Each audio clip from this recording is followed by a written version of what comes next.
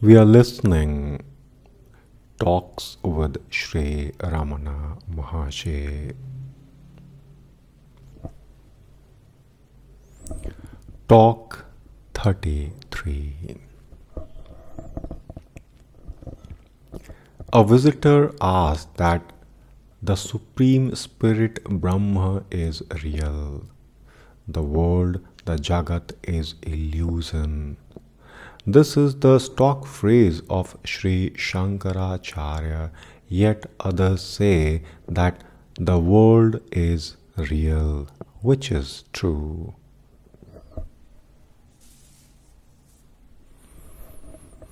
Ramana Maharshi replied that both statements are true. They refer to different stages of development and are spoken from different points of view. The Abhyasi starts with the definition that which is real exists always. Then he eliminates the world as unreal because it is changing. It cannot be real, not this, not this.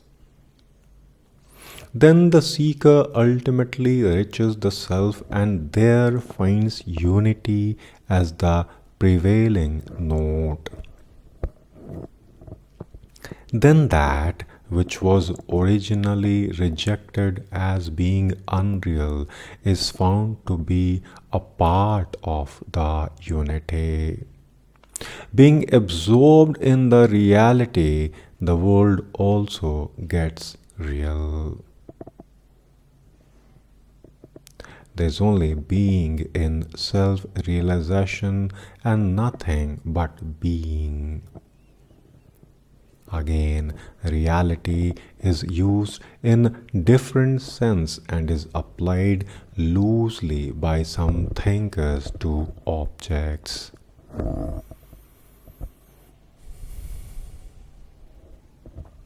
They say that the reflected adhyasika reality admits of degrees which are named Vyavaharik Satya, Pratibhasik Satya, and Paramarthik Satya.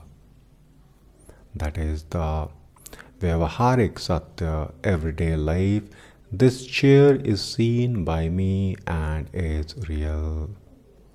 Pratibhasik Satya, illusory, illusion of a serpent in a coiled rope. The appearance is real to the man who thinks so, and this phenomena appears at a point of time and under certain circumstances.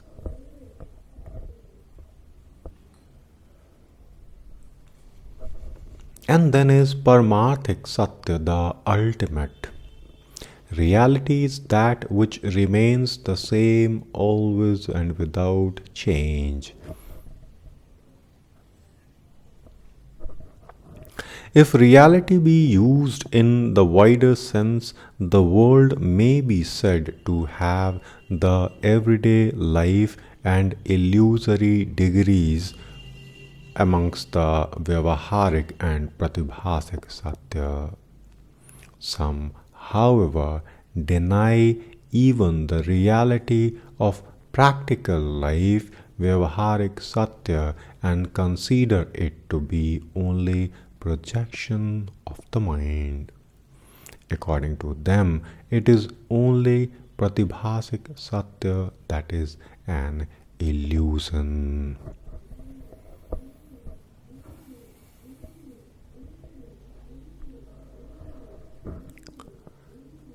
Talk 34 now.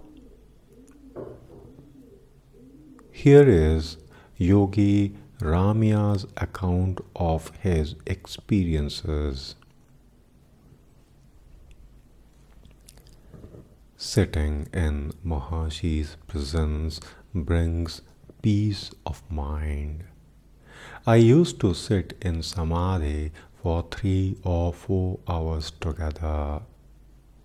Then I felt my mind took a form and came out from within.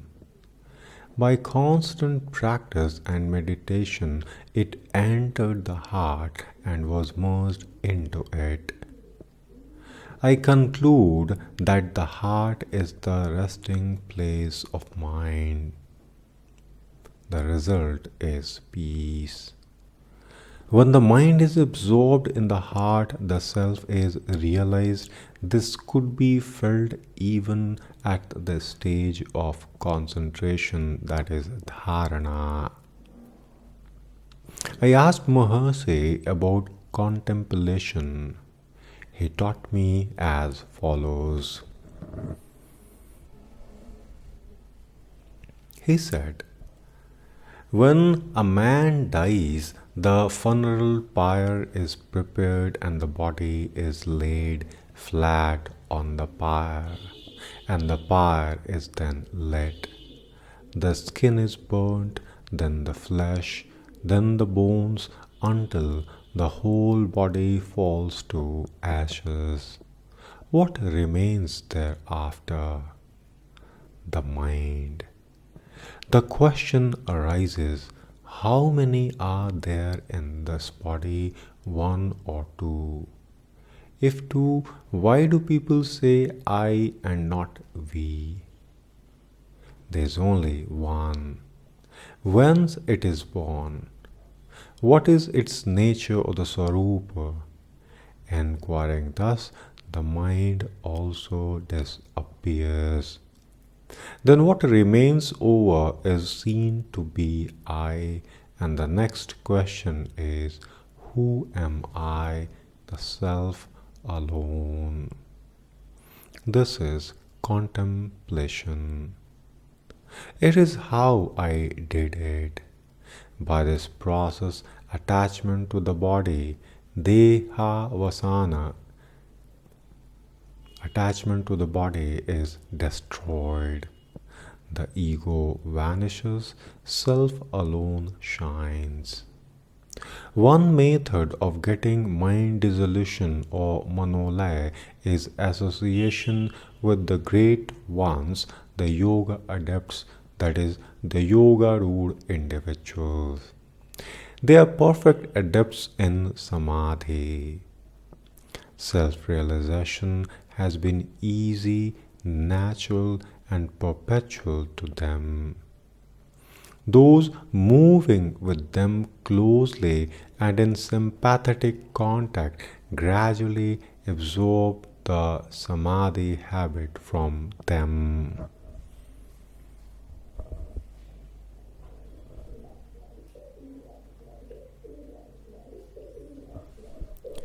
Talk 35. An educated visitor asked Bhagavan about Dvait and Advait. Maharshi said, identification with the body is Dvait. Non-identification is Advaita. Talk 36. An aristocratic and distinguished lady visitor from the north, accompanied by her private secretary, arrived at noon, waited a few minutes, and asked Maharshi soon after he returned to the hall after lunch that, Maharajji, can we see the dead? Ramana Maharshi replied to her, yes. Can the yogis show them to us? Maharshi said, yes, they may, but don't ask me to show them to you, for I cannot. Do you see them? Ramana Maharshi said, yes, in dreams. Can we realize the goal through yoga? Maharshi said, yes. Then that same devotee asked, have you written on yoga, or are there books on the subject by you? Maharshi said, yes. And after she left, the master observed, Did we know our relatives before their birth that we should know them after their death?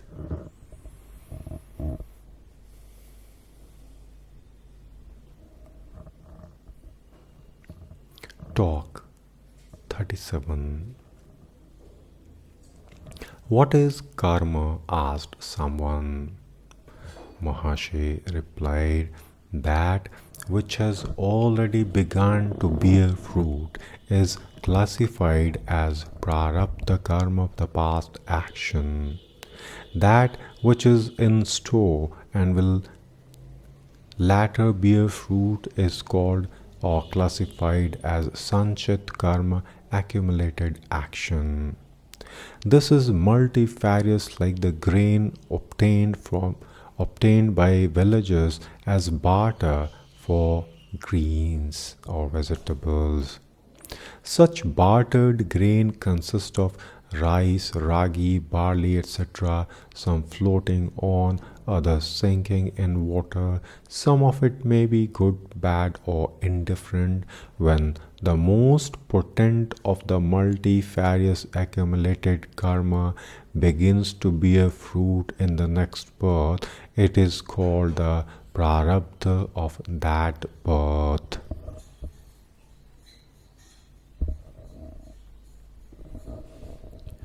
Talk 38. When one of the present attendants came the first time to Bhagavan, he asked, what is the way for liberation?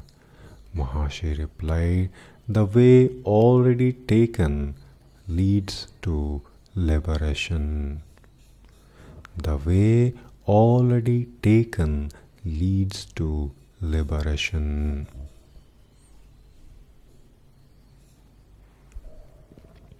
Talk 39.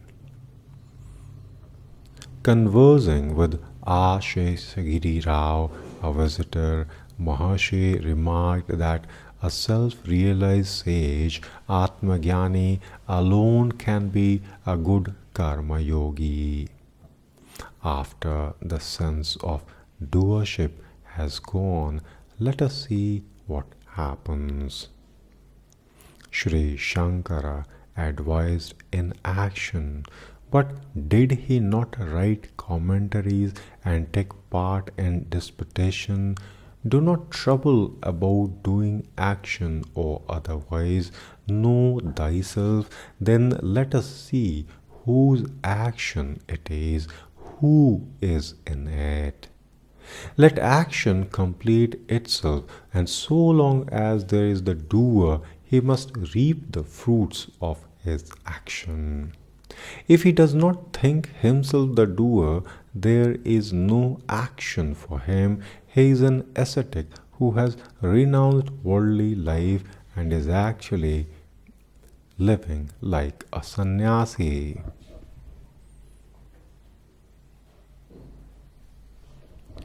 Then the devotee asked, how did the ego rise? Maharshi said, it is not necessary to know it. Know the present time. Not knowing that, why do you worry about other times? Maharshi said in a reply to a question, is the world within you or without you? Does it exist apart from you? Does the world come and tell you, I exist? Think over these things. You will then understand what we were talking.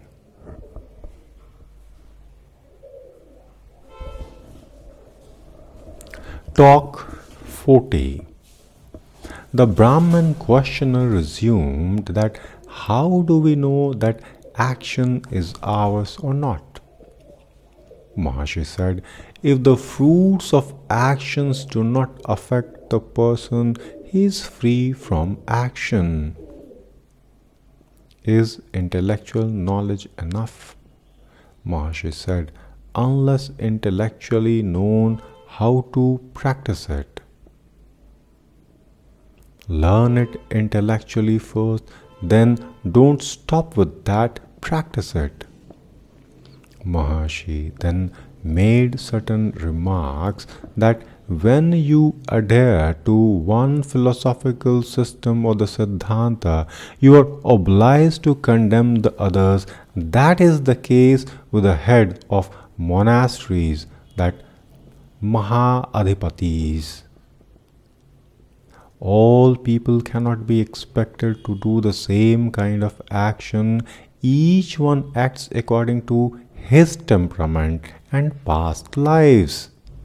Wisdom, devotion, action are all interlocked.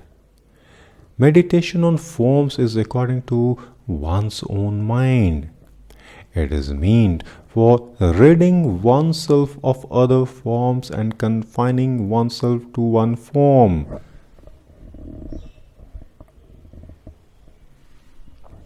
It leads to the goal. It is impossible to fix the mind in the heart to start with, so these aids are necessary. Shri Krishna says that there is no birth, the Janma, to you, to me, etc.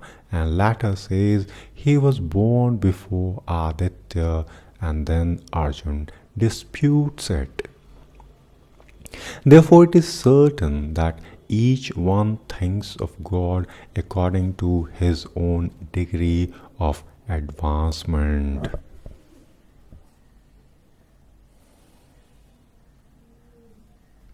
Then Maharshi said further that you say you are the body in wakeful state, not the body in sleep. Bodies being several fold for an individual, should not there be infinite capacities for God? Whichever method one follows, that method is encouraged by the sages, for it leads to the goal like any other method. Talk 41. Devotee then asked that, are there Swarg and Nark, the heaven and hell, existing? Ramana Maharshi said, there must be someone to go there. They are like dreams. We see time and space exist in dream also. Which is true, dream or wakefulness? Devotee then asked, so we must rid ourselves of the Kam, Krodh, etc. Maharshi said, give up thoughts. You need not give up anything else. You must be there to see anything. It is the self. Self is ever conscious. Are pilgrimage, etc. good? The devotee asked. Maharshi said, yes. What effort is necessary for reaching the self? The question was asked. Maharshi replied, I should be destroyed. I should be destroyed. Self is not to be raised. Is there any moment when self is not present? It is not new. Be as you are. What is new cannot be permanent. What is real must always exist. Then the devotee asked that, what is the sacrifice through wisdom or other sacrifices? Ramana Maharshi said, other disciplines exist for it. Practice is for gaining wisdom or the jnana.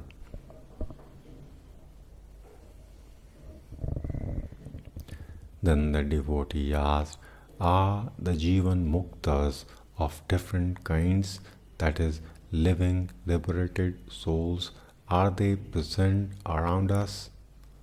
Ramana Maharshi replied, what does it matter if they differ externally. There is no difference in their wisdom or jnana. When loyal to one master, can you respect others? Guru is only one.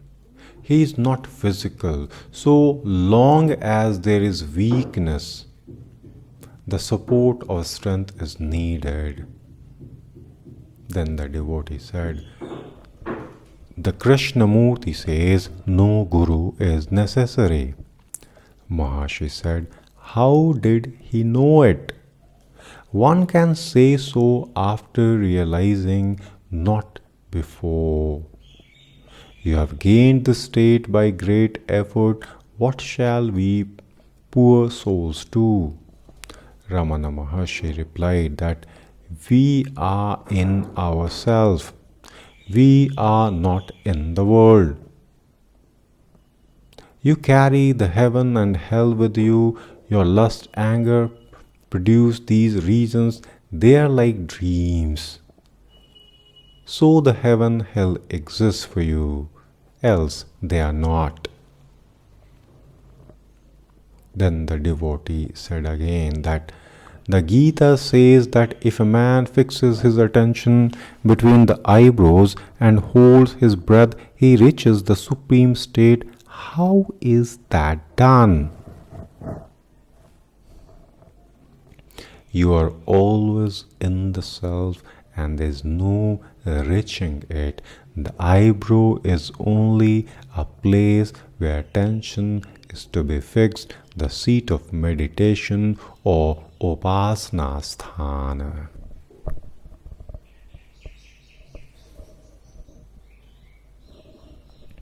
Then the devotee said that you have spoken of the heart as the seat of meditation. Yes, it is also that, Maharshi replied. It is the center of the self. The heart is the center of the self.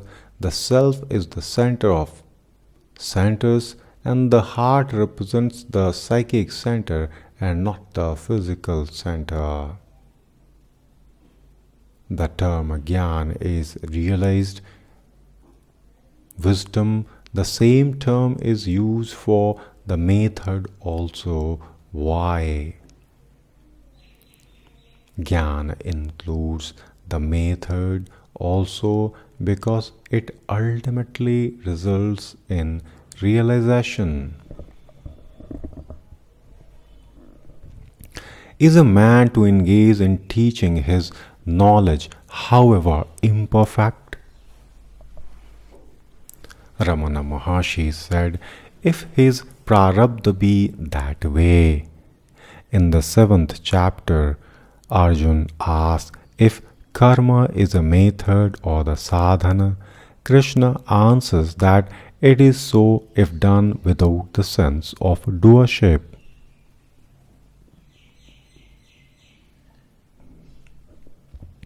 Ramana Maharshi said further to this that so also are karmas approved by scriptures which deny karma. The karma disapproved by them is that which is done with the sense of doership. Don't leave karma. You cannot do so. Give up the sense of doership. Understand this deeply. Karma will go on automatically, or karma will drop away from you. If karma be your lot according to prarabdha, it will surely be done whether you will it or not. If karma be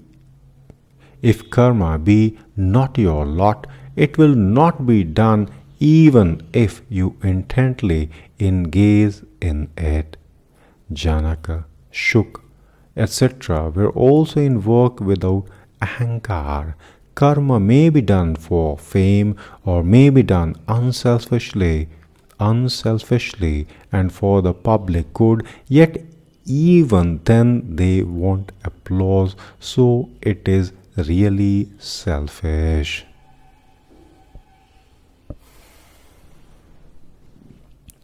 What is that one thing knowing which all doubts are soared?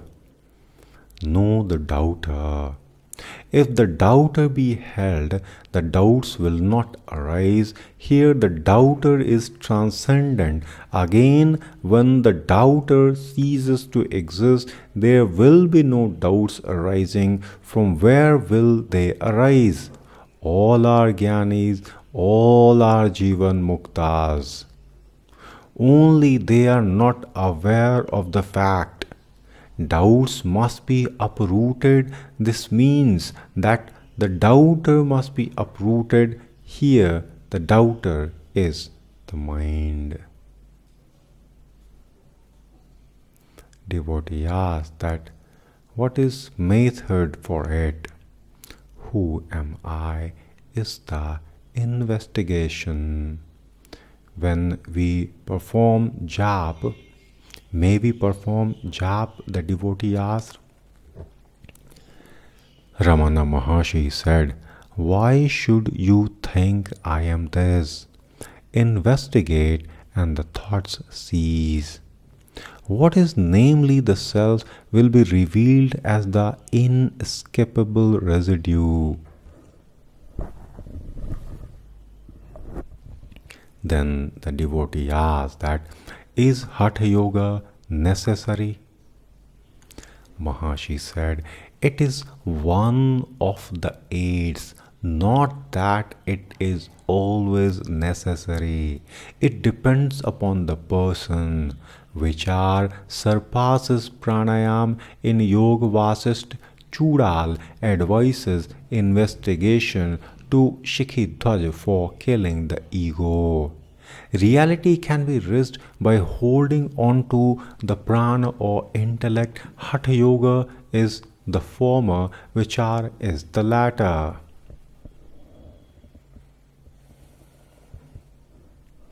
Devotee then asks that, is there any individuality for the Jnani after realization?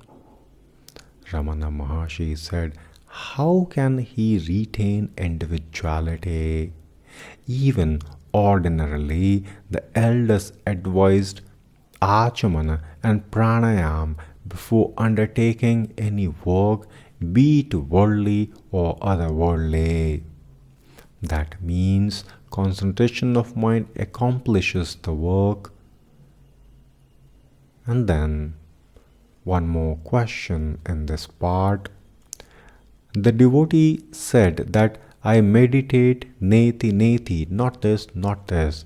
Maharshi say, no, that is not meditation. Find a source. You must reach the source without fail. The false I will disappear and the real I will be realized. The former cannot exist apart from the latter.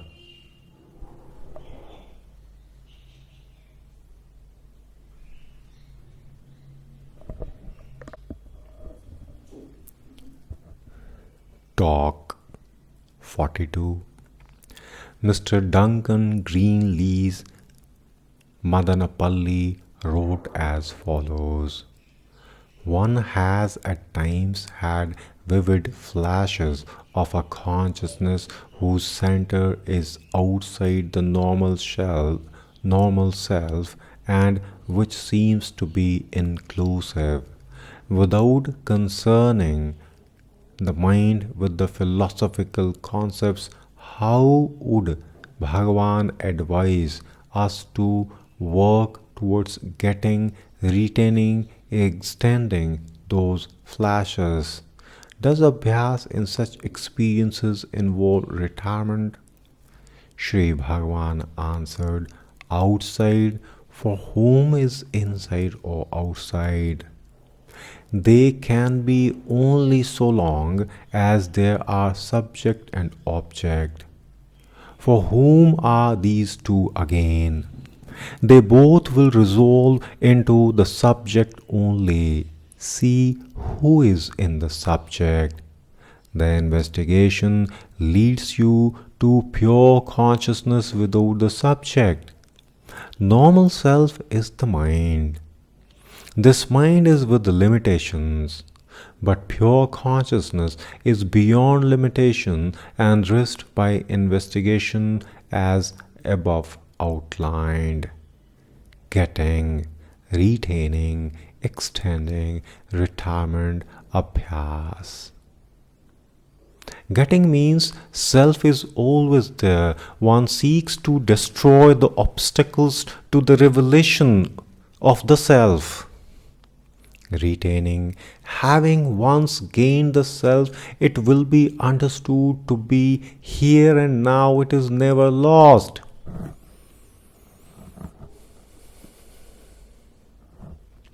Extending, there is no extending the self, for it is always without contraction or expansion. Retirement, abiding in the self is solitude, because there is nothing alien to the self. Retirement must be from some one place to another. There is neither the one nor the other part of the self, or from the self, all being the self. Retirement is impossible and inconsistent. Abhyas is investigation into the self.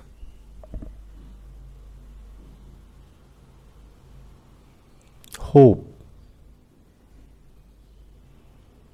things are improving in you.